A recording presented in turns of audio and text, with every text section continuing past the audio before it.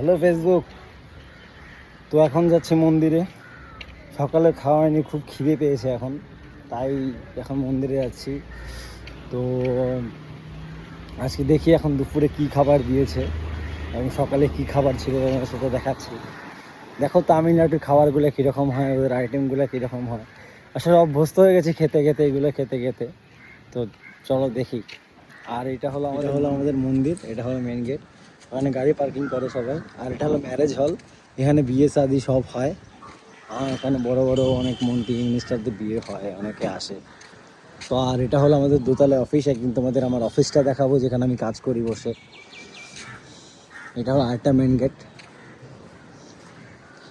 আর এটা হলো মন্দির যাওয়ার রাস্তা, প্রসাদ হল যাওয়ার।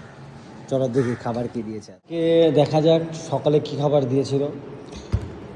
তো সকালে দিয়েছিল পুয়া, সাউথ ইন্ডিয়ান ভাষায় পুয়া বলে।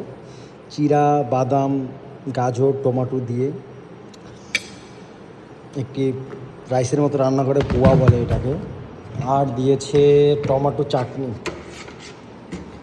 তো টমেটো চাটনি দিয়েছে, এটা টমেটো চাটনি। আর এটা হলো দুপুরের আইটেমগুলো, দুটো আইটেম দিয়েছে। এটা হলো ফ্রেঞ্চ, এই ফ্রেঞ্চ। দেন ভেজিটেবল রাইস, যাকে বলে এরা বিরিয়ানি, ভেজিটেবল রাইস। শুধু টমেটো, গাজর আর রাইস, আর কিছুই নেই এটার ভিতরে, আর মশলা।